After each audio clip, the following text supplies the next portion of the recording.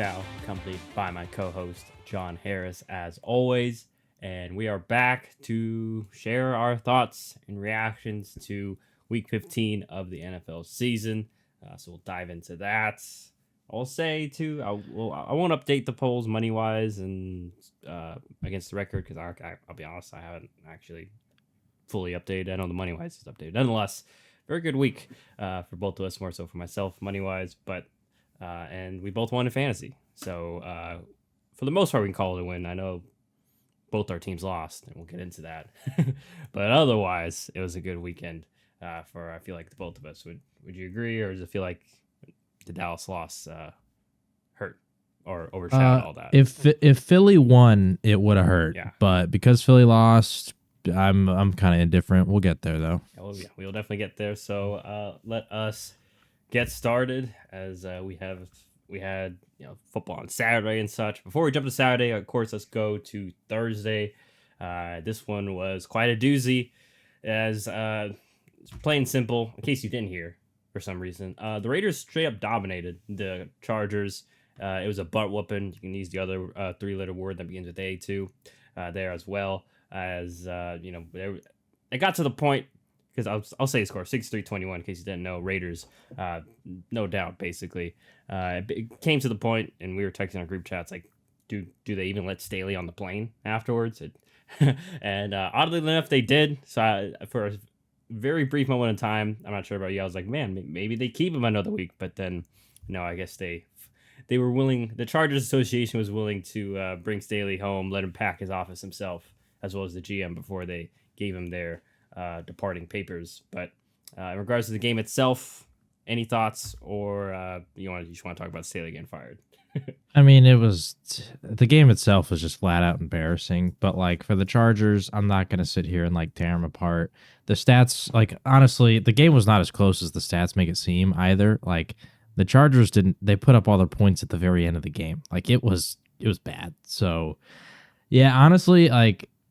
I don't know. If I was an owner there in that situation, I would have like sent a message to the team that like this is ridiculous, and I would have just fired him at halftime. Because like I don't know, maybe that's unprofessional of me or something, but that was crazy. Like they were literally down 42-0 at halftime to the Raiders.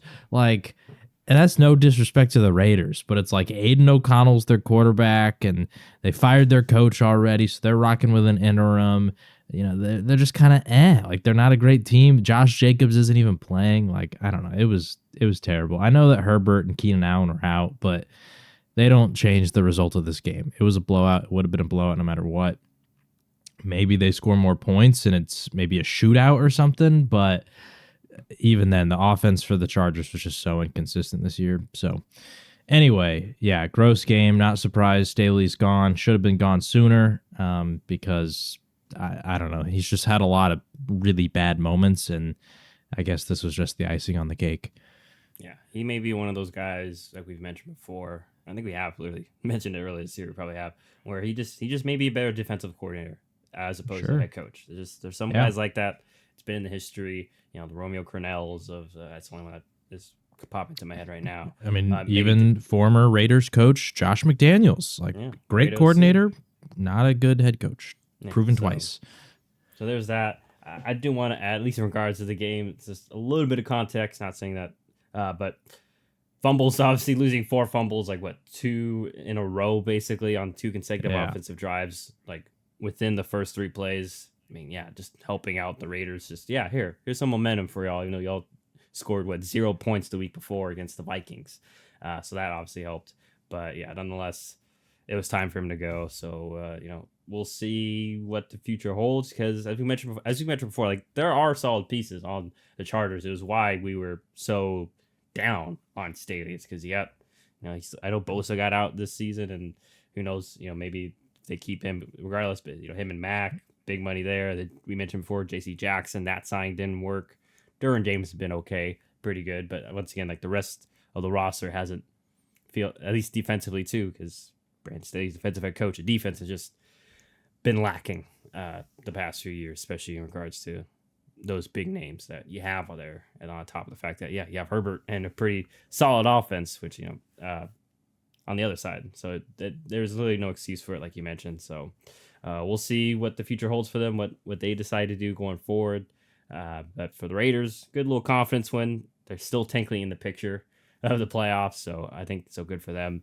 But yeah, that was a tough one to swallow for Chargers fans. But at least now you can focus on moving forward to the offseason and what the future holds. But let's move on over to the Saturday games, as they were definitely more competitive, especially this first one, as it was the Cincinnati Bengals. They get an overtime win over the Minnesota Vikings, 27-24. I'm sure you saw that little viral clip of Jake Browning, telling the camera they never should have cut him, because he was cut multiple times by the Vikings too. Yeah. As he helped lead the comeback to tie the game, and obviously the drive in overtime. But any thoughts here in regards to these two teams? I mean, I don't really love either of these two teams at this spot in the season. Like, obviously, earlier in the year, there was a lot more momentum for both of them, and this was kind of a battle of, all right, who can maybe sneak into the playoffs, and Cincinnati came out on top, so good for them. At the same time, I don't know how confident I feel in their defense moving forward, considering that Nick Mullins, despite the fact he did throw 2 interceptions, so there is that, but he had 300 yards. He had 130. Ty Chandler had 132 rushing yards. Like, honestly, Minnesota was able to move the ball well. And offensively, it felt like on the day they were actually the better team. It just happened to be that they turned the ball over twice, to where Cincinnati only turned it over once. So, and that's the difference there. It goes to OT. It's a 3-point game. Like, if you maybe limit one of those turnovers, we could be seeing an opposite result. So, I mean, it was an entertaining game. It was on Saturday, which, I always love when we get a little bit of mix of Saturday NFL games, because it makes the weekend even better. But yeah, I don't know. I don't really know what to take away from this game, because it feels like both teams were kind of in flux. Yeah, both on their backup quarterbacks. Minnesota on their third quarterback, fourth actually, if you count Jaron Hall. And kind of gonna give myself a little pat on the back, although I hate to be one to prey on people's downfall. But like I said, like you saw that one interception where like he should have just taken the sack. Like that was a pretty bad one. That's one where, and I'm pretty sure that's like he's done that like 2 weeks in a row. I think they were saying on the broadcast. Yeah. So, and once again, that one was like you're in field goal range, even if you take the sack. That's one where it's like, come on, like little things. I know we're not in the moment. Hindsight's easier, but that's one of those things where, hey, Nick, take the sack. Let's get our 3 points, as opposed to, giving Cincinnati the ball back. And then, because then Minnesota could have been up at least 10-3 going into halftime, as opposed to, 7-3, because he did throw one in that kind of 2-minute drill as well. That wasn't great either, Nick Mullins. So, yeah, we'll see if either of these teams are for real going down the stretch, because, we're seeing the good and the bad in regards, especially the bad in regards to them. And Cincinnati's offense was kind of sputtering most of the game. They found their way late, but you can't always rely on that. Who knows the status of Jamar Chase going forward too? He could be affected. And Minnesota, it's like, how much can you trust Nick Mullins in crucial moments and such? But once again, Cincinnati 8-6. They're firmly. I should have let me pull up the standings, because I feel like 8-6 is good enough to be in the playoffs as of right now. But I have been wrong before. Yeah, they're still in the 6th seed in the AFC, so they're still in the mix there. While Minnesota had some help with a couple other teams losing, they are still also the 6th seed. So both these teams, ironically, we may still see more of them going forward. But let's move on over to the other Saturday game involving 2 other playoff teams, ironically. And this one, though, not much of a contest, as the Indianapolis Colts started off slow, but they found their momentum and did not look back, scoring 30 unanswered after the Pittsburgh Steelers went up 13. So end game result, Colts 13 to Pittsburgh. Sorry, Colts 30, Pittsburgh 13. What were your thoughts here in regards to the Colts kind of dominating? This game didn't feel like it was gonna be like the end result early on. Like, it started off relatively close, and then in the second half, Indianapolis just pulled away. Like they clearly they adjusted defensively. They completely stopped any momentum or anything that Mitch Trubisky and that offense was doing. They forced the 2 turnovers, and then on the other side of the ball, they just continued to score because they kind of found their rhythm in that second quarter. I don't know if maybe there was also like an emotional tie to what happened to Michael Pittman, and like maybe it motivates the team. But hopefully he's okay, because that was a pretty rough hit, and DeMonte Casey has been suspended the entire rest of the season. So I don't know. It was a good win for the Colts, but definitely a tough one if Michael Pittman is to miss time to come out of that with that injury, because obviously Jonathan Taylor, I don't know if he's still technically cleared. So they were out there rocking with Tyler Goodson, Trey Sermon, because Zach Moss also got injured early in this game. It was just, they came out with the win, but it's like the meme of, did you do it? Yeah. At what cost? Everything. So. Well, and for that, maybe it wasn't really everything, because we saw Trey Sermon and Goodson still were really effective in the run game. Granted, maybe that's more of an indictment to Pittsburgh, maybe, in regards to that. As we're seeing, Pittsburgh has to keep the game close. They cannot get into a shootout. Like, we've seen that. They have to cause havoc, turnovers, and like we mentioned before, I'll say it again, like, they can't turn over the ball. I know people are dogging on Kenny Pickett, and yes, he may not be great, but at least he took care of the ball, while Mitch Trubisky, a couple of interceptions, that obviously doesn't help that play style. And even Najee Harris, that was a crucial fumble. At least opening the half, you at least want to maybe get something going in the second to start the second half, and you fumble next play for the Colts touchdown. Now Pittsburgh's looking up 21-13, and that was pretty much all she wrote for the Steelers. As they're not built to get in a shootout, while the Colts kind of can, because they have smart ideas and just good weapons, and their O-line, quietly, not many people talk about it, their O-line starting to kind of have a little bit of resurgence, especially regarding last year, because we remember last year was a huge disappointment, and they were pretty bad as opposed to, well, this year at least they're running the ball effectively and not putting too much on Gardner Minshew's shoulders to do a lot. He's still executing the game plan and such, and doing a very good job of that. But we'll see if the Colts can kind of keep riding this wave of momentum and stay in the playoff picture, while Pittsburgh feels like they're in a little bit of free fall. They've lost the last couple of few games and are now on the outside looking in at 7-7, and a couple of teams ahead of them that are looking hotter that we'll talk about going forward. But big win for the Colts. Like I mentioned, they stay in the playoff race at 7. They're one of those teams ahead of Pittsburgh. Let's go on over to the last but not least game of Saturday, and that was between the Denver Broncos and the Detroit Lions. Lions may have heard all of the hate and such, your criticism, as they responded in a big way. Not as big as the Raiders, but would have been one of the bigger upsets if not for that one, as they beat the Denver Broncos 42-17. He had 5 touchdowns for Goff. He only threw for under 300 yards though, so it's kind of an important asterisk. But nonetheless, what are your thoughts on Detroit's big win here? It was good for Detroit. It definitely felt like a step back for Denver, because one of the big reasons they've sort of had this resurgence was because obviously their offense was playing complementary football, but their defense had really stepped up, which was obviously pretty crazy considering that they had the 70 points dropped on them to begin the season against Miami and all that kind of stuff, right? And so it just felt like this defense was terrible. They had been a unit that had really stepped up and kind of changed for the better over the course of the season, and then this game happens where Detroit just absolutely lights them up. It's not the end of the world, because Detroit's a really good offense. We can't ignore that. Against certain matchups, I have no doubt in my mind that Detroit is absolutely going to exploit certain teams and their weaknesses. So I wouldn't panic if I was a Broncos fan, because this was not a game that they were supposed to win realistically. But at the same time, it definitely sucks to see your defense take that regression. And for Detroit, this is huge. It gets you kind of back on track, because they had a couple games where it sort of felt like they were maybe stumbling a little bit with the results that happened in Chicago and such. So yeah, I think it was a encouraging bounce back for Detroit, and kind of the opposite of a little bit of a regression for the Broncos.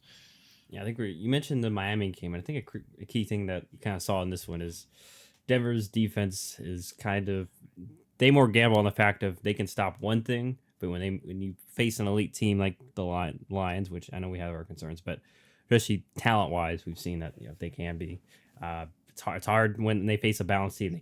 The Denver can't key in on okay, we're going to stop the pass today. Or, okay, today we're going to stop the run. Detroit, we know it can be. They showed obviously in this one both facets, and then it was just domination, and also especially considering the fact that Denver a little light on the defensive line.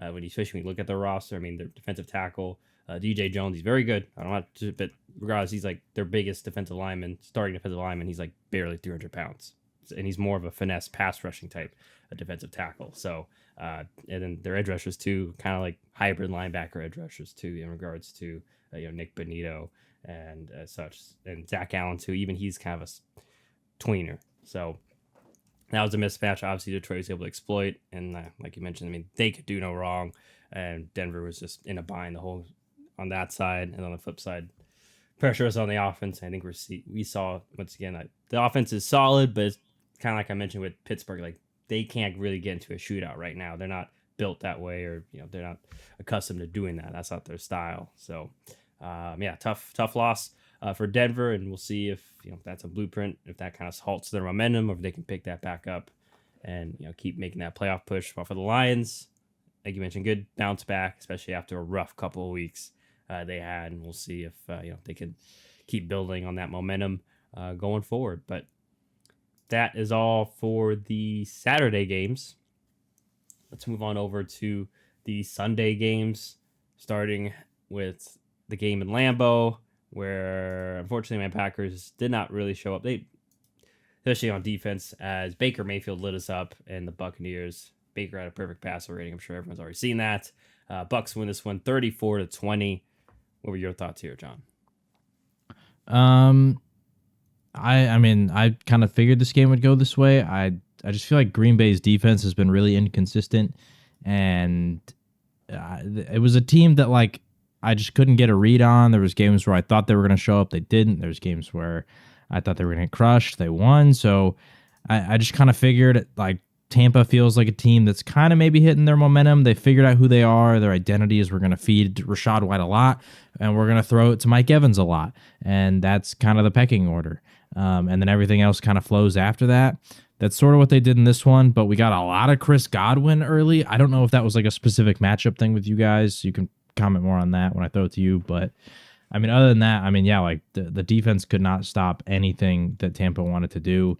They allowed, 450 total yards. So, I mean, they did force one turnover, but they also turned it over themselves. Like, I don't know. It's just when you allow 400 something yards, even with a strong offensive performance yourself of 300 yards, like what are you realistically going to do? Like everything they wanted worked. Rachaad White running the ball, Chris Godwin. They got David Moore, big touchdown. Rashad had a touchdown on receiving as well. Mike Evans had one. Like the floodgates were open. Green Bay couldn't do anything about it. I mean, and then that even removes the possibility of them like even trying to get in a flow with their run game because they were playing from behind most of the day. So, yeah, just kind of unfortunate game script just kind of came down to the defense. And the report that I saw, at least immediately after, was that the plan is to keep your defensive coordinator going in the next year. I don't know how you feel about that, but it felt a little strange to like declare that so early. Obviously, it's who knows, things could change, but yeah, I was with you in regards to the thoughts. Why are we committing so early? But it's what I feared a little bit is that they're going to give him, hey, you didn't have Jair for like 95% of the year, probably I think only week one, and no Eric Stokes, who we invested a first round pick. Like he just got off IR, but he I guess wasn't able to or ready to play. We still got to fix the safeties, which obviously was an issue this game. But yeah, I mean, it just kind of those things kind of definitely came to light as I'm mentioning that in this one. As and I will give Tampa Bay this, that they are usually pretty aggressive, and Baker is obviously fearless, so they weren't afraid to take advantage of those one-on-one opportunities, and even that David Moore touchdown, like taking advantage of a mismatch. Like once again, we have there's a linebacker on a wide receiver. It is Devondre Campbell, but Baker was able to get it in there, and then David Moore, was able to do the rest yak-wise and did a great job doing so.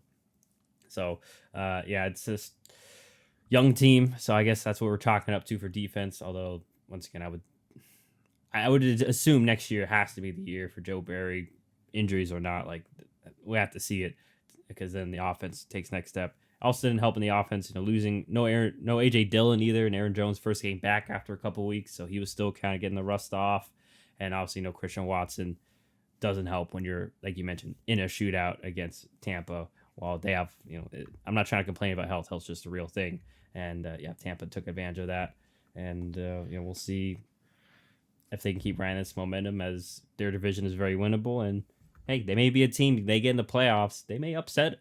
I'm not saying they're going to make a huge run, but they may upset a team, one of these other NFC teams. And we're definitely that's definitely more believable after, like we'll get into some of the other teams this week, but, after how we're seeing the NFC fall out. But yeah, great win for Tampa. And it's good to see that their offense is kind of finding their stride, and hopefully their defense can kind of follow suit, as they've kind of been gashed recently a little bit too. But if their offense is putting up 34, they're bound to make a play on that side of the ball. But good win, like I mentioned, for Tampa, and for Green Bay, it pushes us now out of the playoffs. But we're still have a chance. But now we got some work to do and need some help going forward. But let's move on over to a divisional matchup in the AFC South, where it was the Houston Texans getting the surprise win over the Tennessee Titans. Took overtime and almost ended up in a tie if they did not hit that field goal at the end. But no CJ Stroud, no problem. What were your thoughts here in regards to the Texans pulling out the win here? I was impressed. I mean, obviously they have to put in Case Keenum. Apparently the decision just came down to how he was cool under pressure compared to Davis Mills. And I mean, it paid off. Like, this was a close game. They had to execute late in the game as well, going into overtime. Like, it just kind of felt like there were certain moments here where that decision to play the veteran over a guy like Davis Mills, who admittedly is pretty turnover prone, like that was the difference maker here, because it was a low scoring game. You needed to make certain plays, and Case was able to make them. So you like to see it. They obviously had a heavy dose of Devin Singletary. It was good to see Noah Brown have a solid game, because obviously without Tank Dell, without Nico Collins, somebody's got to step up. Noah Brown does. Even Devin Singletary got involved in the running game or the receiving game. So he was kind of a workhorse on the day, because he had like 170 yards. So pretty great day from Devin Singletary. And then on the other side, I mean, I don't know how many times Derrick Henry is just having a rough year, man. Like, he has some games where he's good. This game he had 16 carries for 9 yards. Like, I don't know how many times you can do that before you like kind of realize, like, all right, I think Derrick Henry's kind of done, because this is not like a unique occurrence. Like, he's had games like this throughout the year, like sprinkled in. And then some other games are just like, okay, like largely inefficient, but they're like, I don't know, 3 yards a carry. So I guess you can kind of deal with it. I don't know. It just kind of sucks to see, especially on this game, because they had Earl Campbell and Eddie George at the stadium, and they like got a picture with them and Derrick Henry. And it's like, all right, well, this is kind of the worst time to have that little reunion, because Derrick Henry had probably, this might be the worst game of his career, to be honest. Like, 16 carries for 9 yards is absolutely horrendous. Yeah, definitely efficiency-wise, that I would agree. And he also had four catches for 1 yard, too. For 1 yard, yeah. So, yeah. I mean, and if you think about it, too, Titans offense, I will speak on this in regards to Derrick Henry, maybe a little bit of his defense. Like, we knew going into this year, O-line was a huge question mark. It still is. Sure. Still have a young quarterback in Will Levis. And once again, like, what receiver scares you on the outside? So maybe it's the fact that teams are just baking in on that and playing man.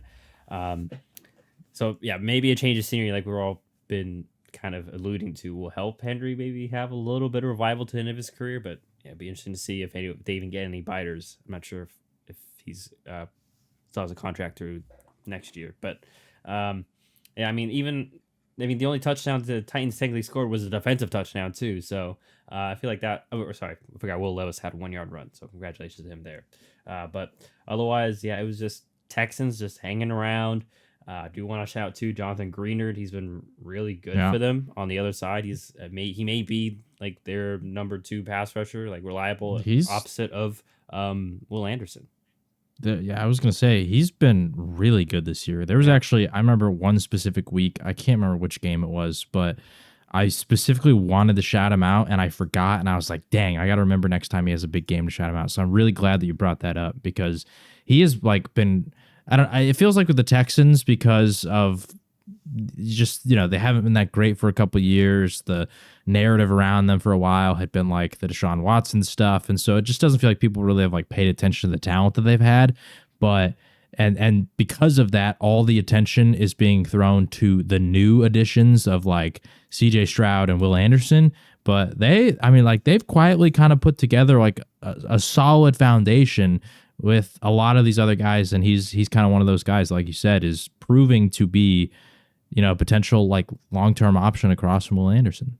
Yeah, and like he had a solid 2021 season, 8 sacks, and that was in the midst Yeah. of that dysfunction, like you mentioned. Right. So yeah, and this year already 12 and a half. So yeah, he could easily be. They could have a great tandem there to going forward for the Texans. And then yeah, you mentioned though Case Keenum. I think that was obviously a smart start. In regards to Davis Mills, just in regards to veteran experience for Case Keenum, been a lot more big time games. Probably trust him more to manage a game like this, although he did have that interception. But otherwise, I mean, like you mentioned, they were able to move the ball when they needed to with Noah Brown, especially at the end of the half, just to get some confidence. And then, yeah, so they was patient, and obviously had to get that drive at the end of the game and the drive at the end of overtime to win it. So, yeah, we'll see. It's looking like it may be Case Keenum again next week, just from what we're hearing on Wednesday. It looks like there are rumors that the Texans may sit CJ Stroud again. Just I guess concussion issues, or they don't want it to be a recurring issue. Who knows? Not all concussions are created equal, so we'll see. The status. They play Cleveland, so it's like Yeah. it's kind of a tough game to throw him back in there. Yeah, especially against that defense. Yeah, that we know is just going to wreak havoc, and he'll definitely won't be clean in regards to that game. So he'll definitely get hit around. So we'll see. But I believe I'm reading this correctly. Yes, that loss, unfortunately, double check. Yeah, does eliminate the Tennessee Titans from playoff contention. So Yep. Tough for them, but obviously kind of expected that. We'll see what happens. What more we can see from Will Levis and maybe some of the other youngsters going forward. While Houston still in the mix, 8-6. They are technically the 8th spot, so just on the outside looking in. They obviously need to keep taking care of business and hope that someone ahead of them falters, which is extremely unlikely. But now let's move on. Keeping it in the AFC, let's go to the AFC East, where this one is also pretty short and sweet as the Miami Dolphins dominated the New York Jets 30-0. No Tyreek, no problem. And yeah, welcome back to earth, Jets offense. But what were your thoughts here, if any, in regards to the Dolphins dominating? I mean, the fact that there was no Tyreek and they were still able to put up those crazy points is pretty huge for them. I don't know, man. Like I'm starting to wonder. Maybe I don't know. Do you remember what the Jets Dolphins games record was last year? Was it 2-0 as well? I will pull that up. Just because it's just the fact that like the Jets defense is supposed to be so good, right? But the Dolphins back-to-back times they played them this year, like just shredded them. Like there was no issues scoring on this defense. Yeah, So last year the Jets beat the Dolphins the first meeting 40-17, and then they lost week 18 11-6. Okay, well then I was about to maybe say like if they went 2-0 and like Miami was scoring a lot last year, then who knows? Maybe this is like a it gets talked about in the NFC West a lot, right? Where it's like the Rams own the Cardinals and the Niners own the Rams kind of a situation. And then it's like, isn't like the Cardinals like always beat Seattle? Like there's some weird roundabout thing of like how they all kind of like beat each other every year. And I was like, man, the Jets defense has just not looked this bad most of the year. Like there's been very few instances. And the fact that it happened twice against the Dolphins just really stands out to me because I mean, obviously it doesn't help too that their offense was like totally inept. They had 103 total yards. Like they couldn't run the ball at all. Like it was miserable. They've turned it over 4 times. So like that obviously plays a factor, but man, the ability to get Jalen Waddle 142 yards, Tua had a touchdown pass to him as well, like 21-24. I don't know. It really stands out to me how the Dolphins just at least this season seem to have completely figured out Robert Saleh's defense. Yeah, my boy Chris Sims mentioned that while the Jets were talented, they only play like two or three defenses. So that could be Yeah, something they need to fix going forward. Like, hey, like against Miami, you can't just right. play the same two or three defenses because they're going to crack the code. And like we saw this week, even without Tyreek Hill, yeah, you mentioned the offense doesn't help. Not that he had the greatest day, but apparently he was concussed at one point, according to his mom. But Zach Wilson gets knocked out, then you throw out Trevor Simeon, and it just obviously, like I mentioned before, Simeon not much better.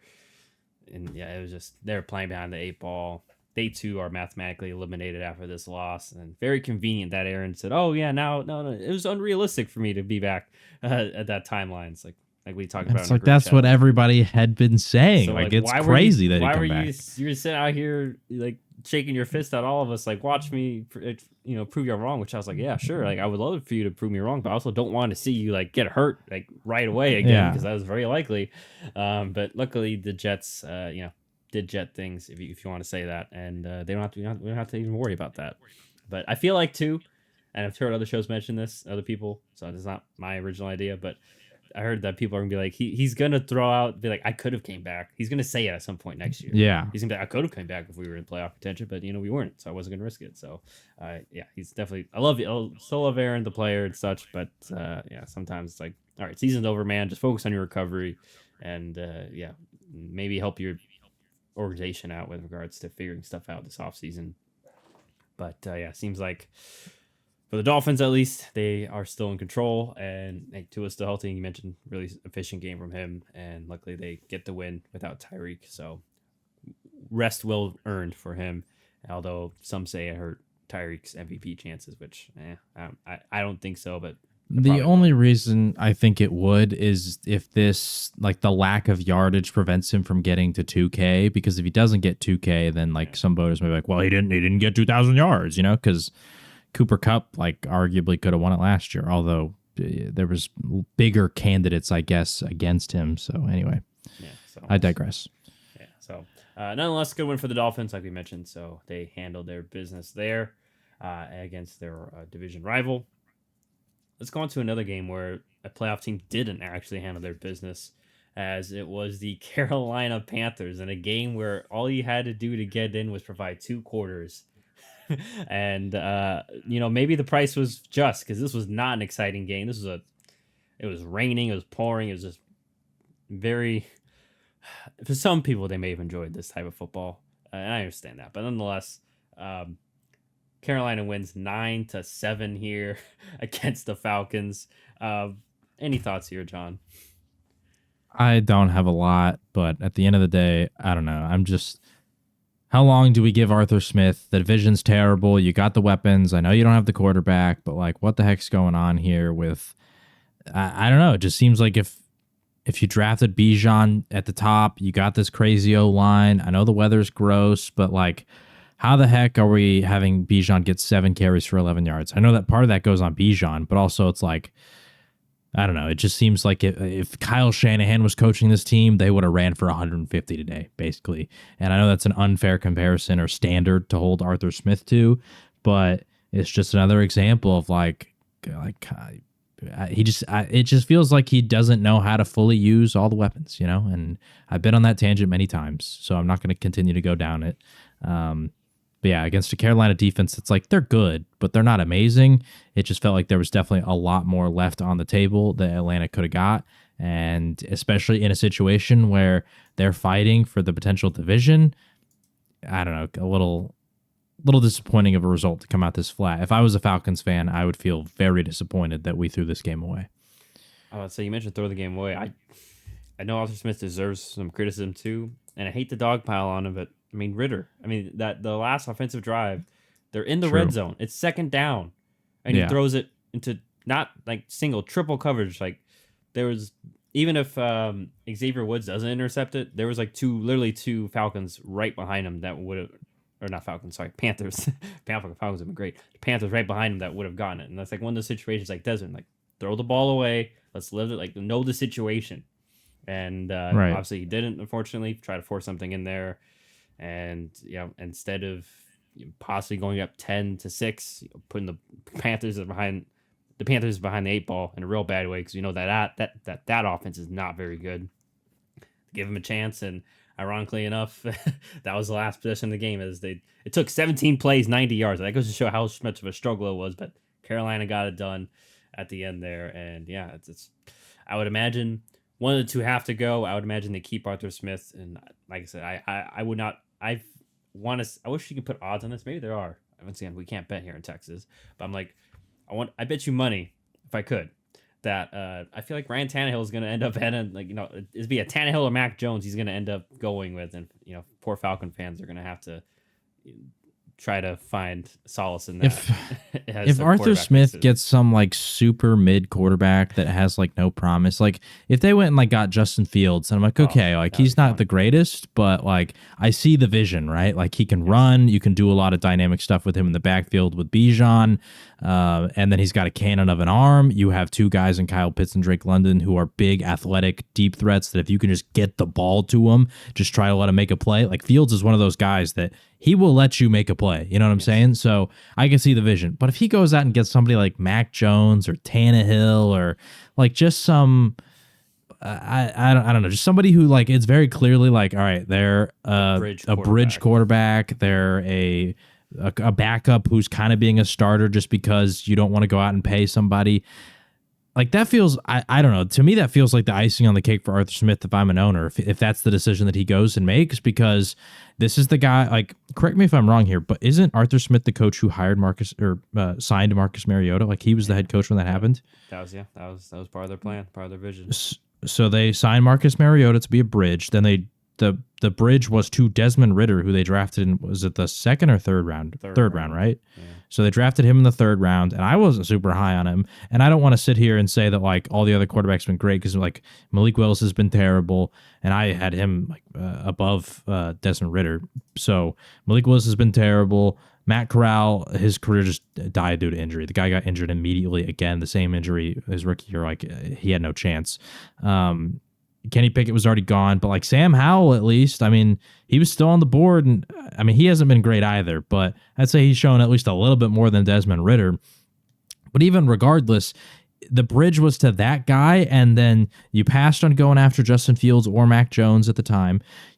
Then you passed again on quarterbacks potentially in this last draft class, like, which I don't know, maybe they could have tried to trade up and get somebody, but it just feels like if the Falcons go with another bridge quarterback, like how much time do you need to figure this out? Because I think that's partially why, like, when Desmond Ridder does bad, like I kind of blame Arthur Smith, because it's like this was the guy that you wanted. This is the guy you picked, you know?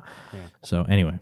So who knows? Maybe things like that, situated football needs a different voice in his ear, like you mentioned. But we'll see what happens. But yeah, definitely an embarrassing loss and a tough one. I mean, Falcons still in the mix in regards to the wild card, and especially their own division. So not a backbreaking loss, and so it's just. But the tough part is too, who did Carolina beat earlier in the year? They beat the Texans, because remember that's what okay. So the tough part about this is that Panthers loss could just come back to bite you in a tiebreaker, though, because this division is tight, and I don't foresee the Falcons or Buccaneers dropping the game to the Panthers. I mean, anything's possible. I don't even know if they continue to play them. I assume at least one of them does.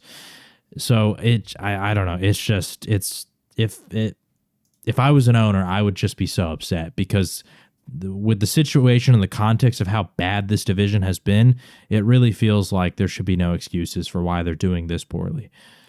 Yeah, especially mentioning the rest of the Falcons schedule. Colts next week. We just mentioned how they're still fighting, so that's going to be a tough game. Bears could easily be a tough one because they're still playing for pride. They've been feisty recently. And then Saints, too, at the end of the year. So it's not room for error at this point. Speaking of the Saints, too, this is what I wanted to bring up, that like if I was the owner, that annoys me about the quarterback decisions is the Buccaneers literally just picked up Baker Mayfield and the Saints just picked up Derek Carr. Like it's not like that you're facing. Yeah, it's not like you're facing stable franchises with quarterbacks who have been there for 5, 6, 7, however long, and are like, all right, this is a good team. Like, sure, maybe if it's a down year, they have a bad defense, whatever. No, like they literally just made quarterback changes, and you chose to continue with Desmond Ridder after how bad last year was. And I get it, he's young and maybe, but it just, I don't know. It's like it just seems like they could have gotten options, right? They could have gotten options. They could have even maybe done like what the Colts did, where you get Gardner Minshew in case maybe the guy's not ready. Like, I know they tried to do that with Taylor Heineke, but then they like barely ever commit to him. They gave him what, like 2 weeks, benched him, and now they're going to start him again next week. Like, now we're getting into the Jets territory where you're flip flopping. Like, come on, Yeah. dude. Which is tough on any personnel, because Yeah. you only have X amount of snaps you can give them, especially if you want to have some game plan specific stuff.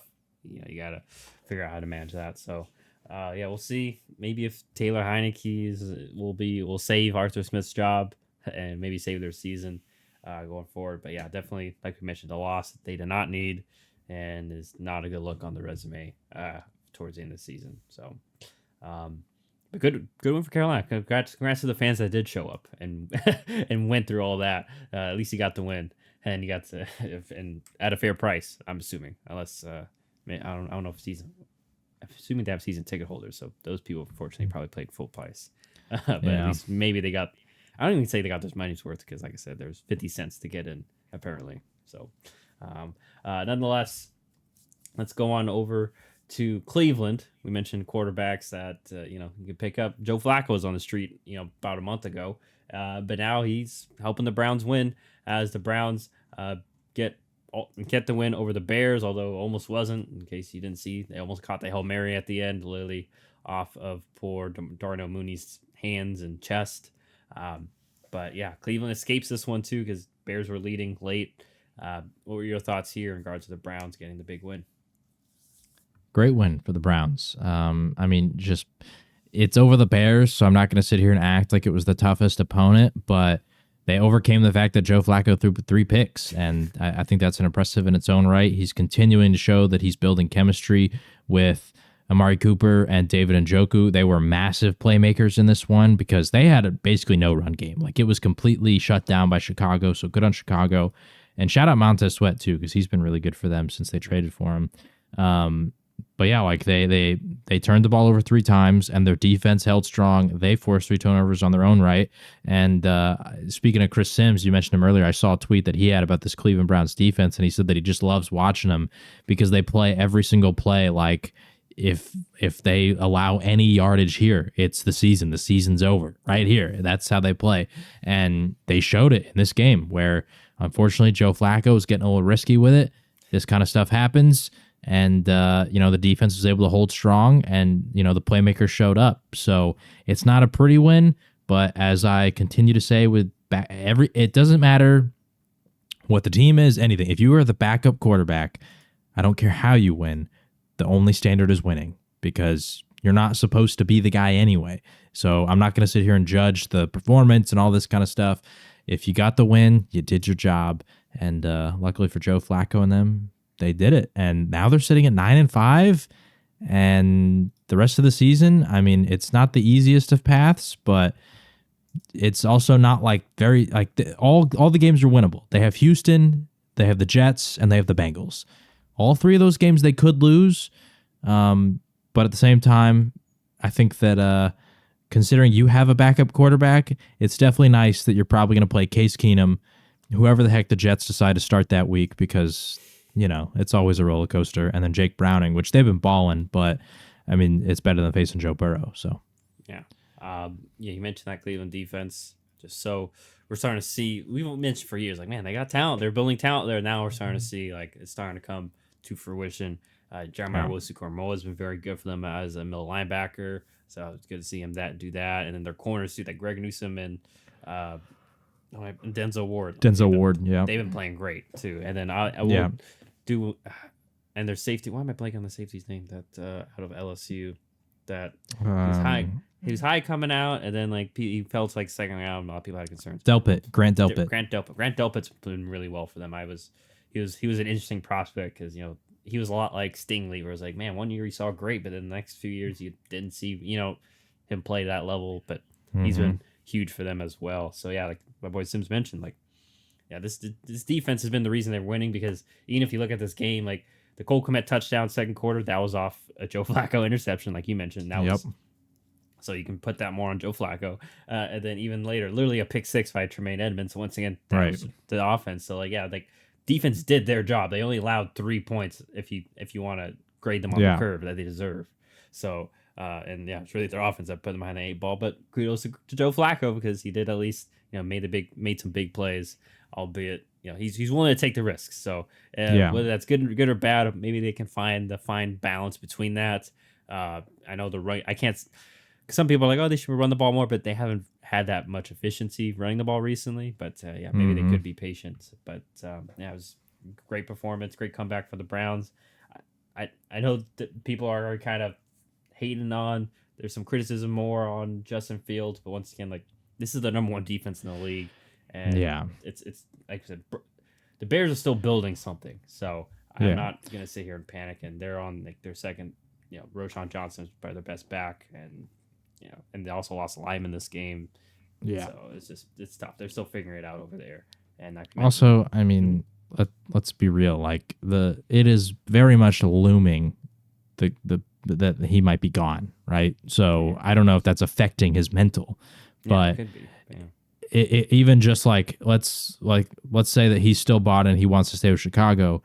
The amount of pressure he might feel in this moment to be like, the only way that I have to convince them to not pick Caleb Williams and instead choose me. Caleb doesn't have to do anything. He's already done whatever he's going to do. The season's over. Like, I mean, he could have a good combine, I guess, but otherwise, like, I don't really see his draft stock really being shifted that much. So it's all on you to prove that you can be the guy, and you're doing it against like a tough defense like Cleveland, dude. I mean, whether Justin Fields is going to be a long-term option for a franchise or not, I don't know, but I just think that can definitely mess with somebody. Yeah, and so I just took a peek too because once again the Bears had the Panthers pick. Panthers are currently at number 1. I was trying to see maybe the Panthers help the Bears in regards to help Justin Fields and make the decision for them if they win a game or two. But not looking like it. They play Packers, Jaguars, Bucks, obviously all in playoff contention. So and even the rest of the standings, isn't it like they're still a game behind everybody? I'm pretty sure. Yeah, so they would need because the Patriots beat the Steelers 3-11 and Arizona 3-11. So they would need to win. Panthers would need to win. I think probably at least 2 games to try that. So so it looks like Bears more and more are closer to that decision that they have to make, and we'll see what they do. Well, John mentioned though the Browns sitting pretty, first wild card spot 9-5, and who knows with how the division will play out. But as long as they got that defense, they got a shot going forward and into the playoffs. But let's move on over to the Saints, who took care of business against the New York Giants.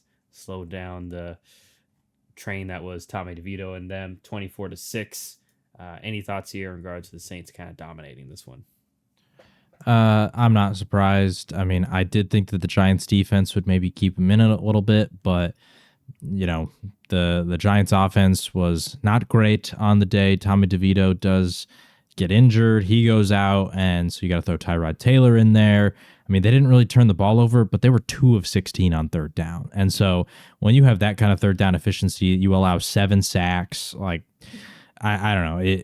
The writing was kind of on the wall, especially considering we know they don't have a lot of great playmakers anyway. Saquon was completely irrelevant in this one, like totally shut down on the run game. 9 carries for 14 yards, only 23 receiving yards. So, I mean, yeah, when you put all those numbers out there, it's not surprising whatsoever, the result.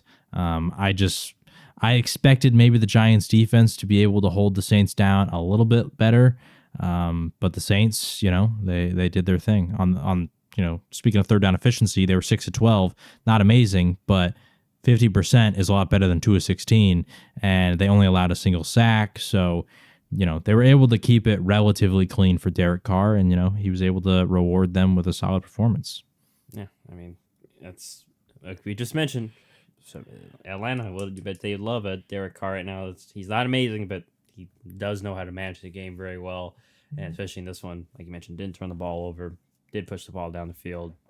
And then on the flip side, just no shock. Giants that unfortunate for Tommy DeVito too that he just got banged around this game because 7 sacks is a lot, and we'll see. I guess it'll be Tyrod Taylor going forward, but we'll see how the Giants can show any sign of hope towards the end of the season for them going to the offseason, while Saints, like we mentioned, still battling for the division and the possibly a wild card spot as well. So we'll see if they can keep that up. But good win for them. Now let's go on over to Kansas City, or the Chiefs at least, because this game was in New England. They beat the Patriots. No real shock there. They took care of business, but they beat the Patriots 27-17. A little bit of bounce back for them after a rough couple weeks, even without Isaiah Pacheco. What were your thoughts here, John? I mean, it's the Patriots, so I'm not going to sit here and act like it was some great team that the Chiefs were able to beat. It was a good result. Unfortunately for Kadarius Toney, he did have another bad play where he had a pass right on the hands and he kind of dropped it and it got intercepted.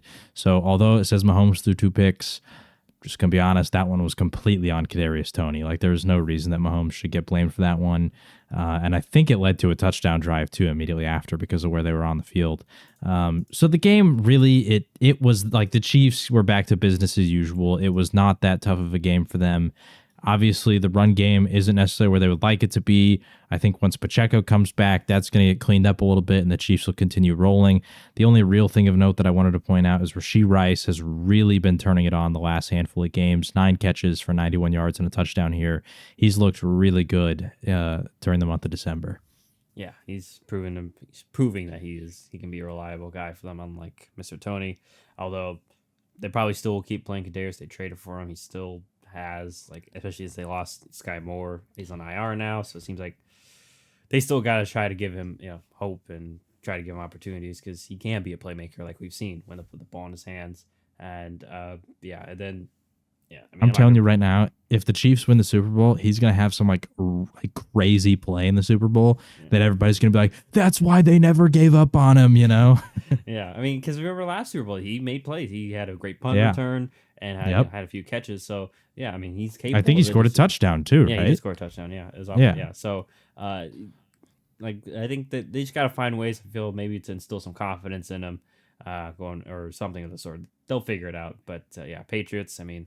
Bailey Zappi, terrible. His interception was horrible. That was 1, 2. Like, I would throw up in one of the worst picks of the week. Or it's like, no, what are you doing?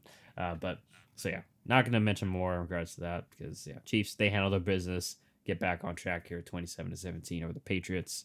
Like we mentioned, Patriots, they're in that Caleb Williams, I guess, or number 1 pick sweepstakes. So not a shocker that they dropped this one here. So we'll move on from that one, and then we'll go on to another game. Unfortunately, let me just say this too. The afternoon slate of games were not very competitive. So no. Yeah, it was a very disappointing witching hour. As once again, we'll start with the 49ers. They, like I said, take care of business against the Cardinals 45-29 as they just keep rolling. Any thoughts here, John? 49ers keep rolling. I'm not going to talk too much about them. The only thing I do want to point out is I don't know what is going on with the Cardinals offense that, I mean, obviously, you've seen me complain about it because of fantasy where I started Hollywood Brown back-to-back weeks and he got 0. But Kyler Murray has not thrown to receivers almost at all since he came back from injury. And I really don't understand why. I don't fully know what's going on here because in the Cliff Kingsbury offense, it was the complete opposite. Everything was getting funneled to receivers, specifically your number 1 receiver and then your slot guy. Remember Greg Dortch and Hollywood Brown last year to start the season? They were going crazy. And now it's the complete opposite. Literally, if you look at the Cardinals' leading receivers, Trey McBride has been going crazy for the last 6 games or so. But he's their leading receiver. Then Elijah Higgins is their backup tight end. He's the second leading receiver. Then their third leading receiver is Jeff Swaim, their third string tight end, former Cowboy, but 1 catch for 26 yards. And then you get their first receiver, which is Greg Dortch, 2 for 15, followed by 2 running backs, Michael Carter, Amari DiMercado, and then Rondale Moore, James Conner. Only 2 receivers caught passes in this game, and it was Greg Dortch twice and Rondale Moore twice, and they combined for 20 yards. What's going on? And he's targeting them sometimes. I know he had 1 pass to Michael Wilson in the end zone that was just a little too far. He's targeting them sometimes, but I don't understand how the offense is they've reached. Remember that year that the Chiefs didn't have a receiver score a touchdown? That's kind of what their offense feels like. Yeah, It's kind of wild. Like I know they're a bad team, but it just seems a little crazy. I mean, this is also once again the salty fantasy owner in me happening, but like Kyler wanted Hollywood Brown, and he's like the guy's not getting the ball at all. Like he's like Hollywood Brown was great with Josh Dobbs. He's completely irrelevant now. yeah. I don't know. Maybe it's different because it is a new system, and I don't know if Kyler's just trying to execute that. I don't know. It is odd. I do agree, especially now that the more that you say that, and then yeah, completely forgot too that yeah, he did want Hollywood, and they did play together. Yeah. At Oklahoma. That's a big connection point. And Hollywood was really good last year when Hopkins was out. So I don't know. Who knows? Maybe just need to adjust to the scheme. And remember, Kyler is still literally adjusting on the fly as he joined midway through the season. So and before you go, I just want to say for all you fantasy owners, just remember this before you draft Marvin Harrison if he goes to the Cardinals. I'm not saying that this is going to happen, but it's just a little concerning right now.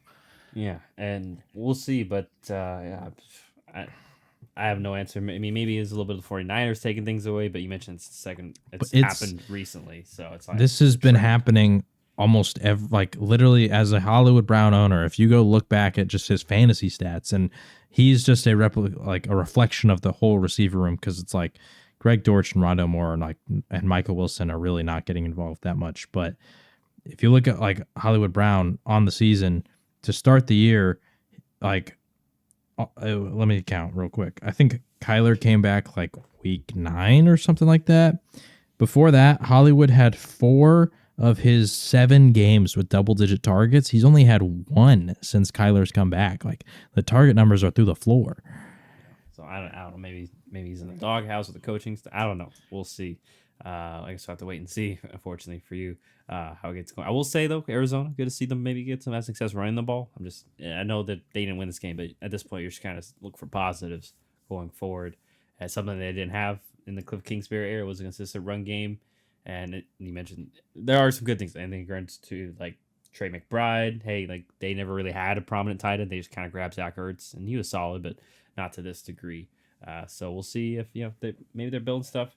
And hey, maybe I do want to say too, I wasn't necessarily highest in Hollywood coming out.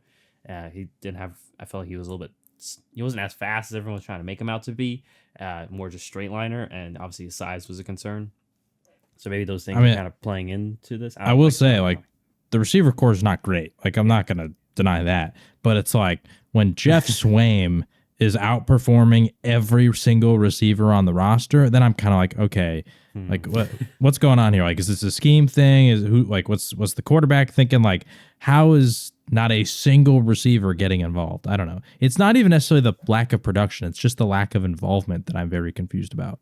Yeah. So we'll see. Let's see what happens. But yeah, Niners, nothing to mention on them. They just keep rolling, and they're still healthy. So that's all that matters for them going forward. But yeah, we'll see if how the Cardinals end the season, because they have decisions to make, kind of like the Bears. Like, hey, do we change quarterback, or or do we, like you mentioned, if they get him Marvin Harrison, okay, can we use him to his full capability, or maybe they go line or build up the rest of the roster. So we'll see, or maybe defense, because like I said, it is the Niners, but the Niners were not stopped basically all day against the Cardinals. Yeah, but anyhow. Let's move on over to what was a little bit more of a competitive game, at least score-wise, as it was the LA Rams getting the win over the Washington Commanders, 28-20. Although, like I said, it's a little bit deceptive because Commanders scored the touchdown kind of late that cut it from a 2-possession game to 1, and then that was pretty much it. But what were your thoughts here, John, in regards to the Rams taking care of business?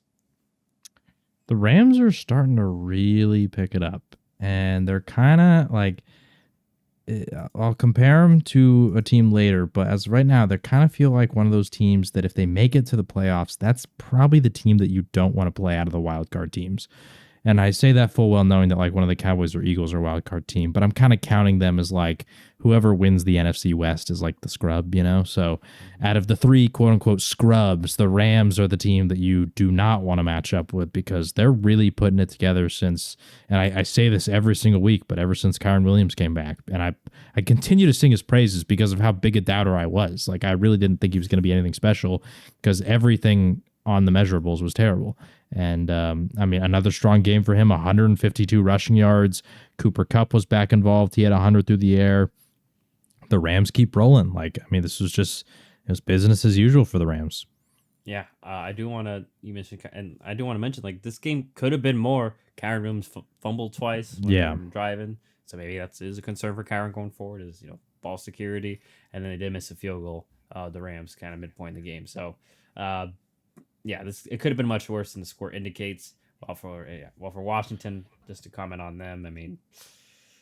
No shock. I mean, especially the Cooper Kupp touchdown. I love how people are screenshotting that because their first round corner is literally on the sideline watching it happen while his backup got burned. So it's like, what we all do? Washington, this is not good. And you let go of your 2-star pass rushers. I understand letting them both go. Maybe you should have kept one of them, as we see Montez Sweat, like you mentioned earlier. He's balling out. Chase Young's definitely looking better in San Francisco. And yeah, it's just very interesting to see what will happen. I mean, it feels like the Ron Rivera departure is inevitable. Maybe they're just waiting until the end of the season to do that. But yeah, it was a tough day in the office. And who knows, maybe it's Jacoby Brissett going forward too, because they threw him in over Sam Howell, and he did make some plays, I will say.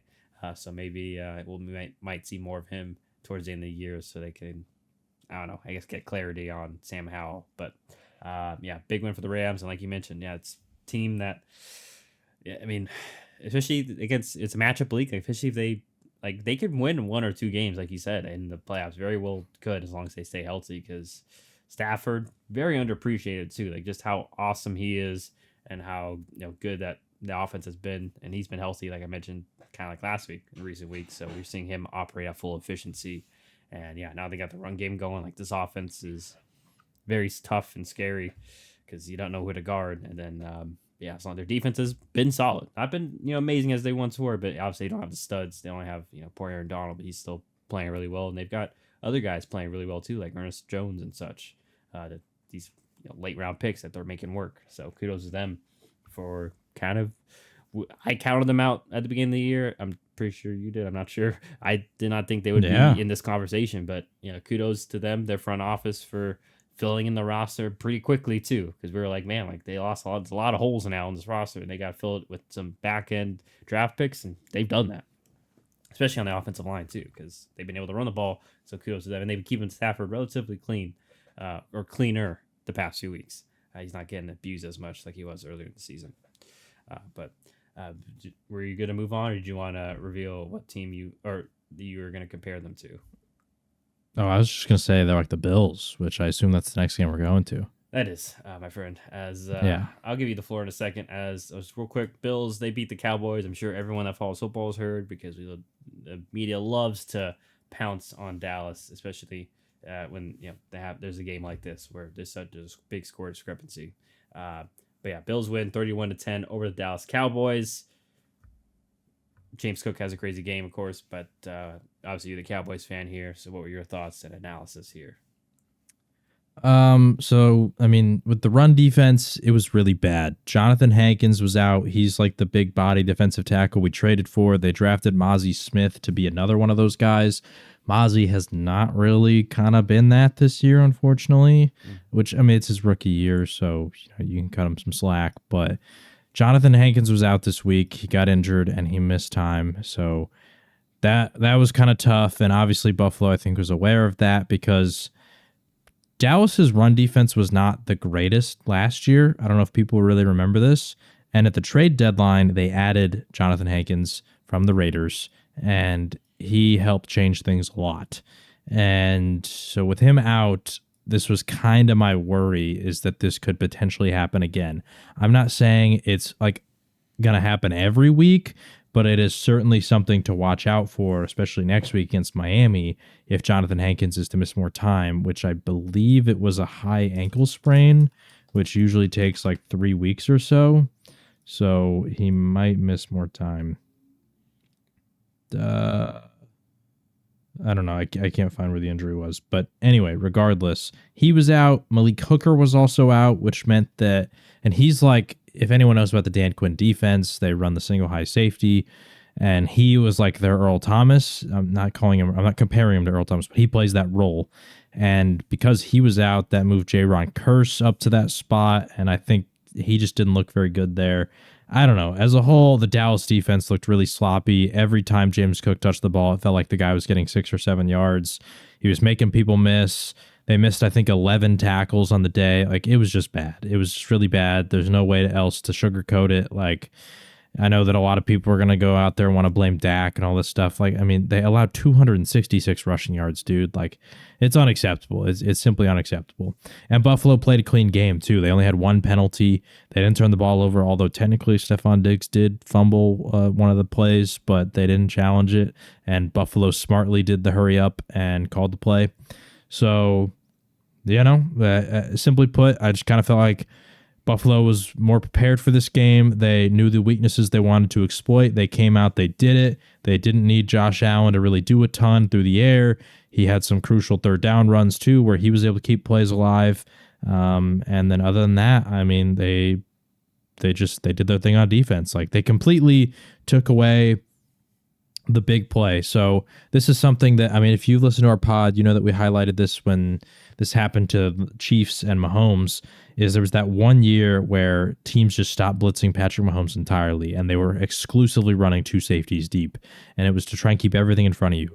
Well, that's what the Bills did this week against Dak. I don't know if anybody else has really attempted this on the year against him. So once again, another thing to look out for. Maybe Buffalo giving the blueprint out, but they ran 2 high safeties to try and keep everything in front of them. It took away the big play completely, and I don't know. It just felt like I didn't watch the All 22 film, so I don't fully know this for a fact. So take this with a grain of salt, because when I'm watching, obviously, the actual game, I can't see the receivers downfield.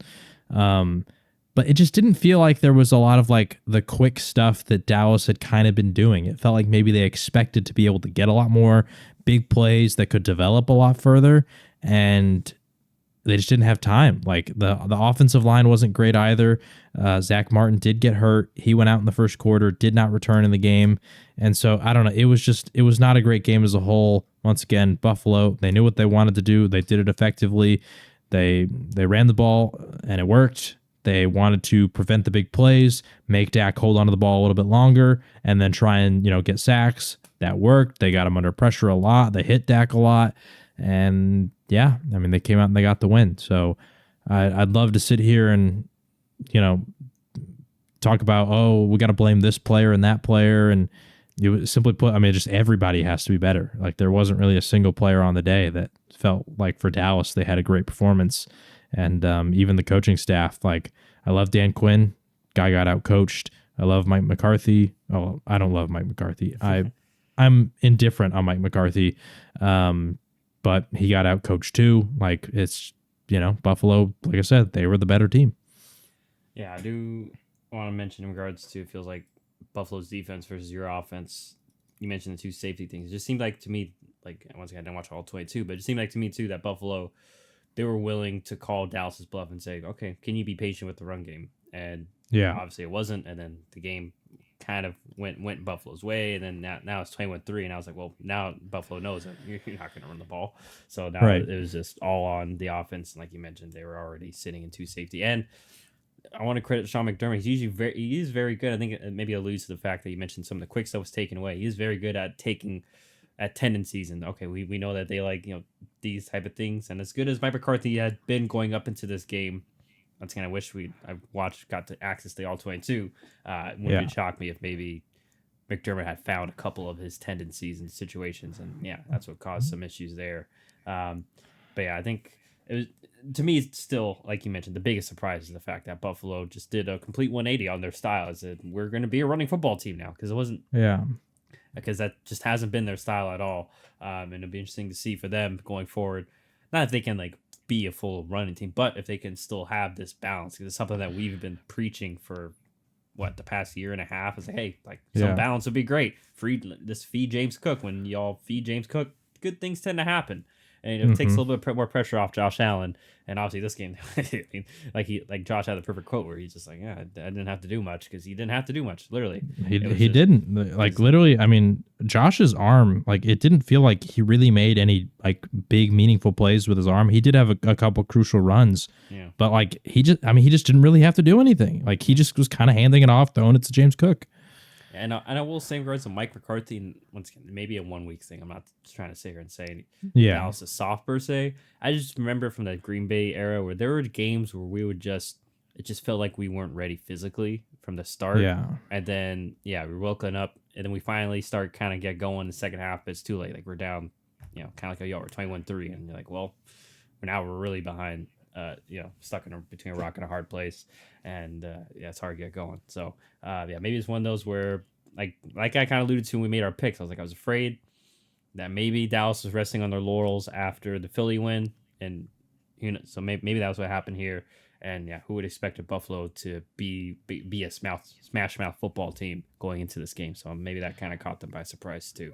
I did want to comment on that. That I mean, we can't ignore the fact that ever since they fired, I can't remember was it Dorsey, Ken Dorsey? Ken Dorsey, yes. Ever since they fired him, shout out to, is it Joe Joe Brady. Barry? Joe Brady. Joe Brady.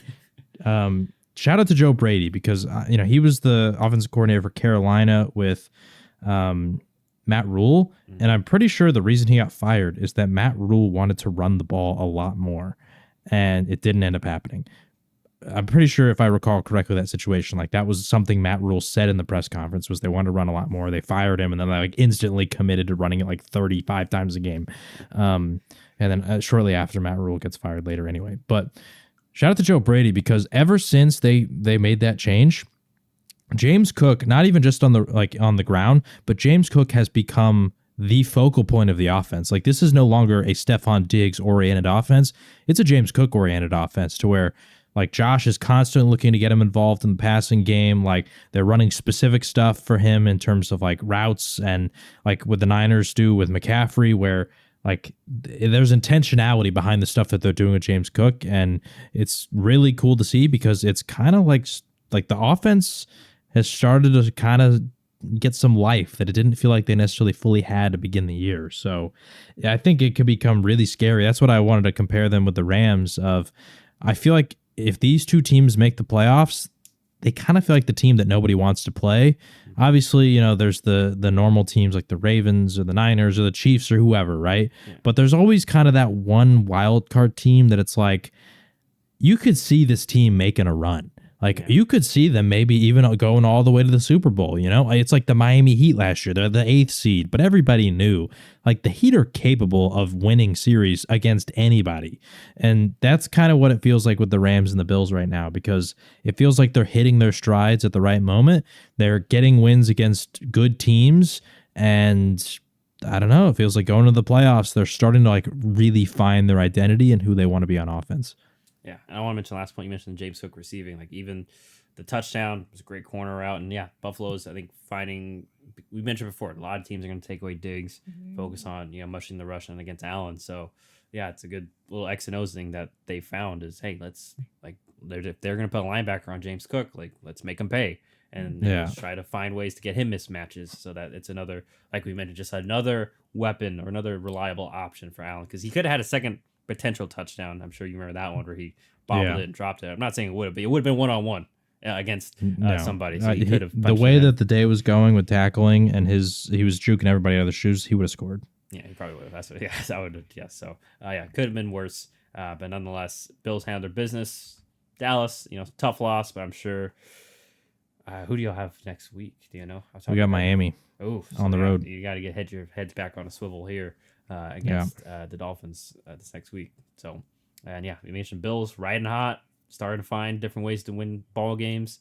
We'll see if they can keep riding that momentum that they've recently found there. But let's move on over to the Sunday night game as it was the Baltimore Ravens. They handled their business against the Jacksonville Jaguars, 23-7. This was a tough night for the Jags offense as it was really just I hate to say it, one big play. Other than that, they were pretty much shut down. What were your thoughts here, John? I mean, yeah, like Jacksonville, it's kind of a shame because their offense feels like it's largely reverted back to what they were doing at the beginning of the season. I don't know if this is stemmed from when Trevor Lawrence got injured too, because that happened, but they just haven't looked very good. Travis Etienne, like I just don't understand how last year, like the first 2 years this guy was in the league, his efficiency was through the roof, and this year it is so bad. And I haven't paid attention enough to Jags games as I did earlier in the year, but I remember I said it even on the pod that like when they played the Bills in London, there was so many times that it's like the runs are just like Travis Etienne straight up the middle against like a 7-man box, and it's like, what are we doing? Like, I don't know, it just doesn't feel like they're getting him out in space. Um, Honestly, even like the way that Buffalo is with James Cook, like it doesn't feel like there's a lot of intentionality behind the ways they want to use him. So I don't know. I'd love to see that kind of versatility added to the way that they want to use ETN, because I do feel like he's an incredible weapon and he could be putting up major numbers if they used him in ways that I felt like highlighted his strengths. It almost feels like he should be and more of like a Tony Pollard role last year. Remember, like with Pollard and Zeke, and they were the duo, and Pollard was always getting these big explosive plays, and it's because of the ways they used him. It was not to just go pound the rock on a 3rd and 2. Like that wasn't what his role was. And I'm not saying that ETN can't do those kind of things, but it's certainly not his strength. I can't tell you how many times I've watched this guy get stuffed on the goal line when I need a fantasy touchdown. So yeah, it is what it is. But I do feel like maybe other teams are starting to kind of figure out the Jags offense, because they are certainly in a skid. And for Baltimore, they continue to roll. I can't say how impressive Lamar and this offense has been considering the weapons they have. I mean, literally, if you asked before the season, hey man, your leading options are going to be Keaton Mitchell, Gus Edwards, Rashad Bateman, Isaiah Likely. Like, if those are your guys, you think you can win? I think a lot of people would say no, and yet they're balling out. So shout out to Lamar, because I do think that he's quietly making a case for a potential another MVP season, but isn't fully getting talked about enough like I think he should be. Yeah, I agree. I mean, leading rusher, and yeah, and the pass. It seems like all the passing game concerns have been quieted now that he's got a little bit of a better wide receiver room. And yeah, Bateman, he's been there while Bateman's kind of healthy. He had a solid game here. Sucks they lost Keaton Mitchell, and just a terrible injury for him.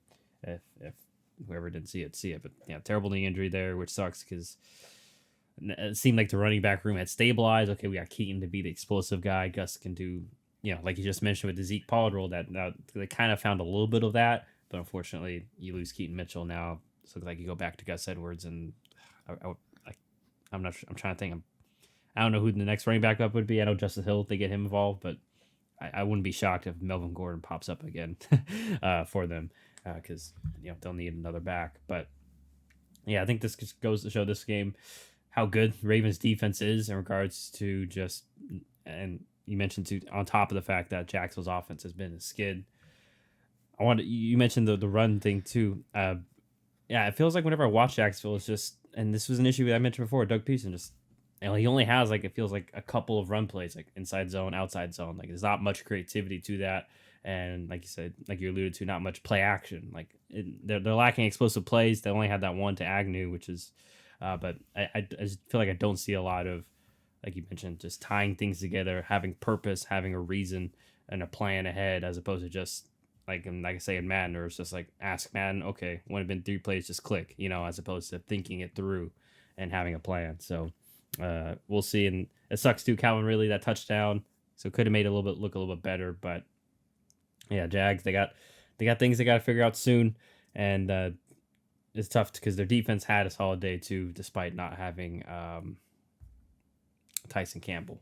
So right, we'll see if they can bounce back. It seems like it feels like they're slowly slipping in regards to this whole race, despite having Trevor Lawrence. Once again, who knows what the injury is affecting them, but they're still 8-6. They still technically lead the division, but now it's real close because them, the Colts, and the Texans are all 8-6. So at this point, Jacksonville's just leaning on those tiebreakers. So we'll see if if they can right the ship, while Baltimore still holding strong to that 1 seed, but face the ultimate test this upcoming week against the 49ers. So that will be a fun one to watch and look out for. But let's go on over to the last but not least, and definitely not least, the Monday night game. This one was quite exciting, especially towards the end, as the Seattle Seahawks with Drew Lock at quarterback. Get the win over the Philadelphia Eagles. Jalen Hurts. Some people were saying he was trying to uh, I guess imitate or have shades of Jordan's flu game because he's wearing Jordan gear. I don't know. That felt like that was overblown. But nonetheless, played through apparently an illness. And yeah, Eagles drop one here. A crucial game, like you mentioned earlier. So, you mentioned this helped lighten your weekend a little bit. What were your thoughts here in regards to the Seahawks pulling this one out? Well, I mean, it was a great result for Seattle, obviously, because, we talked about their schedule a couple weeks ago following the Dallas loss where they had to go play San Francisco and Philly. And it felt like if they lost those two games, that could be in the nail in the coffin because they would have been on a losing streak and they'd potentially be out of the playoffs. They would have been sitting at 6-8 right now. Instead, I mean, they do lose to Dallas, they do lose to San Francisco, but they get the win against Philly. They're 7-7, so they're in the mix. They're in the mix. Now, the tough part for them is they lost to the Rams earlier in the year. So the Rams do hold the tiebreaker, but I don't know. They're there with the rest of the teams like Minnesota. I don't know who else is in the wild card race. Green Bay, the Saints. Yeah, all those kind of teams. They're in the mix. So we'll see, if they can close it out for the rest of the season. I don't know. Who do they have the rest of the way? They have Tennessee. Okay, who they got? Pittsburgh, and then the Cardinals. Tennessee and Cardinals are on the road. I mean, those should be winnable games, though, right? Because the Cardinals, the last game of the year, it is the Seahawks. So I'm not going to say that they're going to win, but they are winnable. Yes. So, I mean, Tennessee's already eliminated from the playoffs, so maybe that could go in their favor. They don't feel like they have much to fight for. I don't know. We'll see about the Pittsburgh game. Pittsburgh they're a wild card too, so that could be a wild game. And then the Cardinals. I mean, it's the last game of the year, so.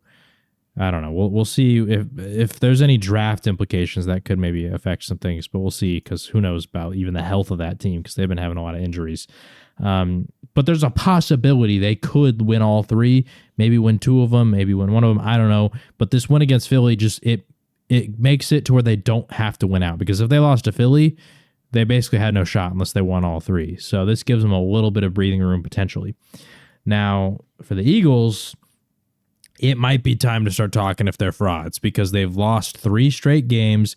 The Niners and Cowboys, you could excuse the losses. Those are great teams, even though I don't think you could excuse the way they got beat because they got blown out by both in a row. But the Seahawks, man, like you got blown out by the Seahawks. And I'm not trying to disrespect Seattle because even against my Cowboys, they put up a great performance. But that was with Geno Smith. This is Drew Lock, the backup quarterback, and he was able to have success against your secondary. You're basically not able to get almost any pressure. You only got 2 sacks. This is the same defense that had 70 sacks or 50 sacks last year, whatever it was. You didn't force a single turnover. I don't know. I feel like I'm getting a little bit justified here where I've been saying this defense for Philly is not as good as a lot of people want to make it out to be. Yes, they have a lot of big names, but it doesn't feel like they're really fully putting it on paper. I will add the caveat, Darius Slay was out this week, and I think somebody else on the defense might have been too. But I don't know. The defense is looking real bad. I don't feel like they have any offensive identity at all either. Let's not forget that when Nick Sirianni took the job, I'm pretty sure that they started the first 5 weeks 2-3. The offense was miserable. And then they transitioned the offense over to Shane Steichen, and all of a sudden Philly was rocking and rolling. They were doing great. All the way to this year, Shane Steichen's gone. What's happening? Oh, the offense isn't as good as it once was anymore. Jalen Hurts is tied in the NFL for most turnovers. Where are all the people that were shredding Josh Allen earlier in the year? Now, for the record, he's still tied with Jalen Hurts, but where are all the people that were shredding him that are now supposed to be shredding Hurts? Where are all the people that made fun of Dak last year for having 15 interceptions? Jalen Hurts has 17 turnovers right now. We still got 3 games to go. The guy's a fumble machine. He threw 2 picks in this game, no touchdowns. Hey, congrats, Jalen. You got 2 QB sneaks for touchdowns. I don't care. That doesn't impress me because you could just hand that off to your third string running back and they could score that with that offensive line. So I don't really value the rushing touchdowns because I know those get brought up a lot in this Jalen Hurts conversation, but he's punching in QB sneaks. So anyway, it just feels like Philly is in a free fall right now to where I don't know. They play the Giants and the Cardinals the rest of the way. Who knows if they can win those games? I mean, if there's any teams that you want to play the rest of the way to bounce back, it's a team like the Giants who you're like super familiar with, and they're in flux with the whole QB situation because who knows who's going to be their quarterback moving forward, and their offensive line stinks, and they don't have weapons. Like there's a lot going for you there, but at the same time, I don't know. Like they could drop those games because they have lost 3 straight, albeit far better teams than they're going to play. It's just in the NFL, you could get caught off guard by some random team. I mean, look at Miami; they lost to Tennessee, so. Yeah, we'll see with Philly. I'll let you go, and then I do want to talk about tiebreakers afterwards. Yeah. I just want to highlight what you mentioned in regards to their offense. I mean, yeah, the passing offense doesn't seem to, like you mentioned, it just doesn't have sort of flow and reason like we just talked about with Jacksonville. Even their run offense, like it just, you mentioned Jacksonville has very simple. It's Phillies too. It just seems like inside zone, outside zone, or / read option. And then their passing game is rather simple, and then even if they do make some big plays, sometimes it's just Jalen Hurts doing backyard football. So that's not within the script of the play that they drew up. So, I think those are big reasons why Philly's offense isn't the same. Because you mentioned the defense. Defense has changed a bit. They've had some guys going in and out, and on top of the coordinator change.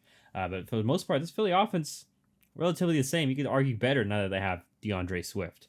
And they improved their running back room in that regard. Like receiver wise, still the same. So.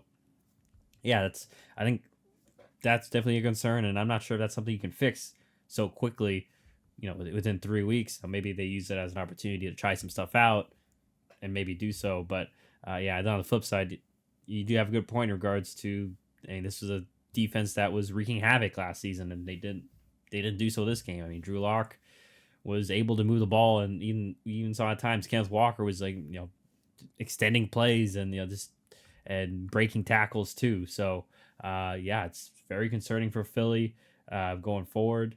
And because we mentioned like teams like the Rams, like imagine a Rams team may be a bad matchup for Philadelphia because they can be balanced on offense, and they can move the ball for the most part. And then they played earlier in the year, and it was a close game, and that was with I think Philly scored like 24 points or something, but I think one of those was off turnovers, one of those touchdowns that was like deep in the Ram zone territory, and that was without Kyron Williams. Their offense was, and I don't think Cooper Kupp played in that game either. I might be wrong on that, but so I mean the Rams are a different team than the one they played earlier in the year. Yes, that's 100%. And you mentioned 3-game losing streak. Like let's look a little bit further since their bye. I mean, after the bye, they had 3-game losing streak. But before the San Francisco game, there's a really close game with Buffalo that took some heroics towards the end of the game.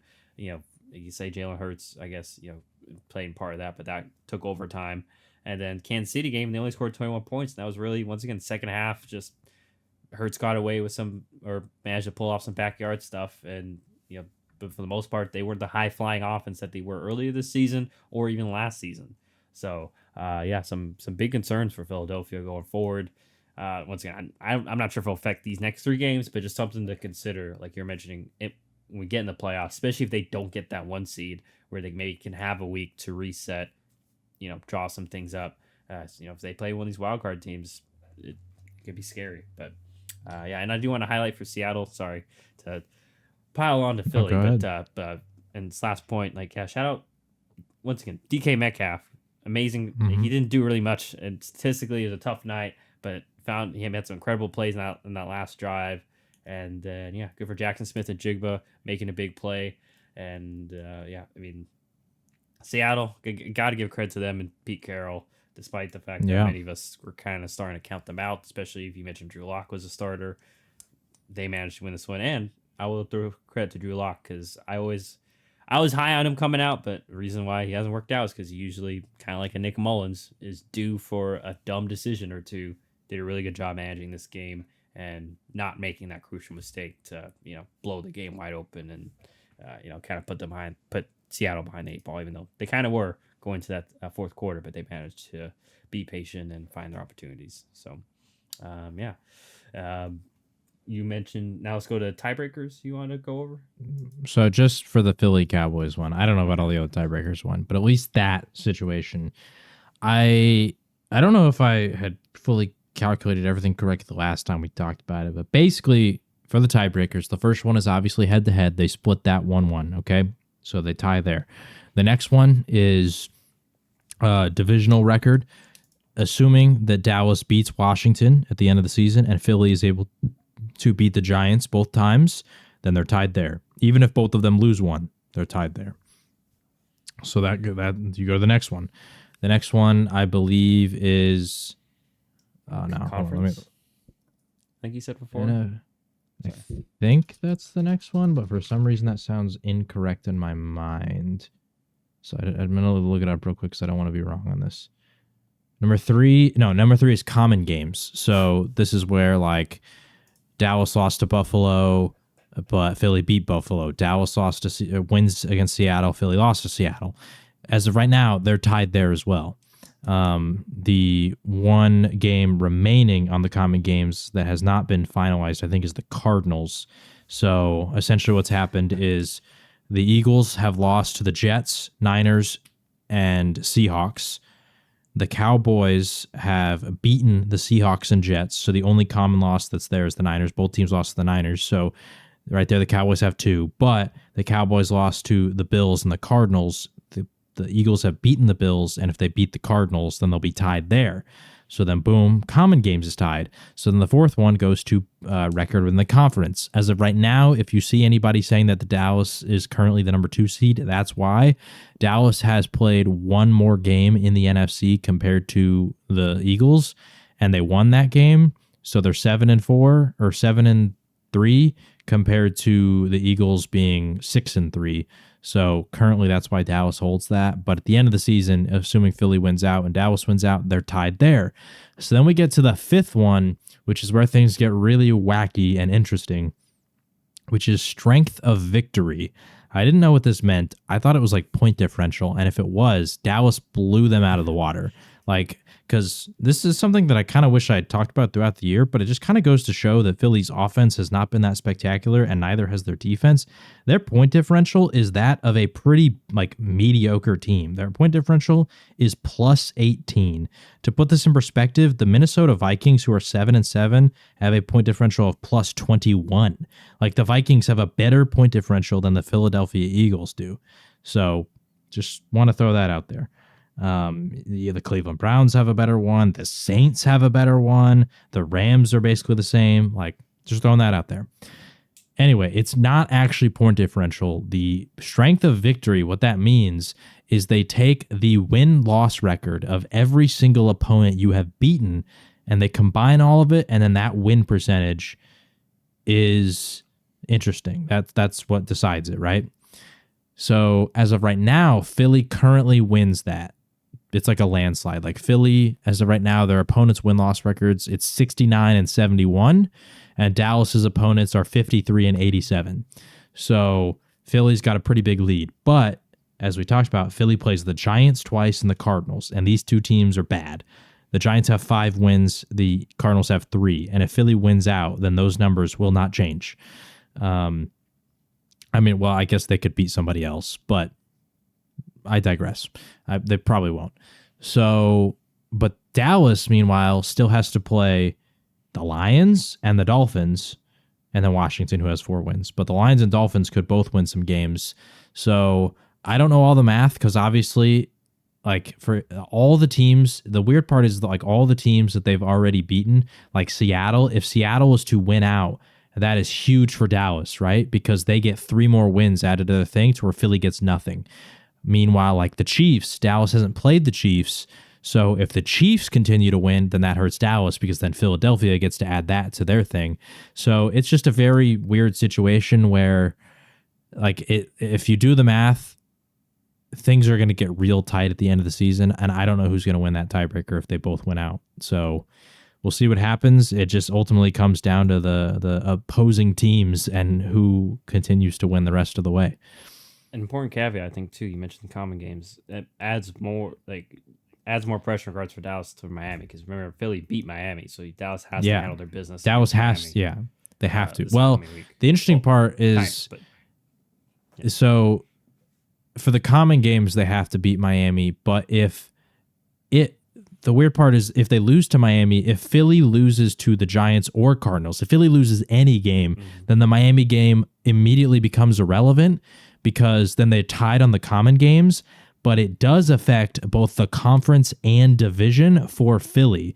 So Philly cannot lose. Like if Philly loses either of those games, then first off on common games, that screws them because they lost to the Cardinals, who Dallas also lost to. So they don't get the victory there, but also it's an NFC loss, and the Giants are an NFC loss and an NFC East loss, to where the only one that affects, like the only thing the Dolphins game affects is the common game. So the tiebreakers just get real wacky. I don't like I said, I don't know who's going to come out on top, because right now, if they both win out and they tie on record, then it just comes down to whose opponents were better at the end of the year. So we'll see. Got to see what happens, but obviously it'll be an interesting race. And there are other tiebreakers, but we're not going to get into those.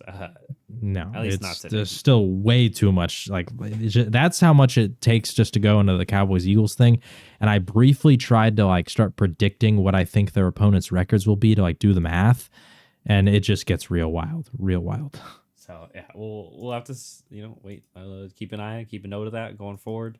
If you're in the NFC or obviously a Dallas fan like John, or even Eagles fan, or even a San Francisco fan, maybe San Francisco's keeping an eye on that. Although, well, I will say, luckily for them, because both Dallas and Philly lost this weekend, they can lose again, and it doesn't affect the 1 seed at all. So yeah, I think conference wise they're 9-1 as of right now. Yeah, so but also they beat both Dallas and Philly, so they have the head-to-head tiebreaker. So they would have to have more losses.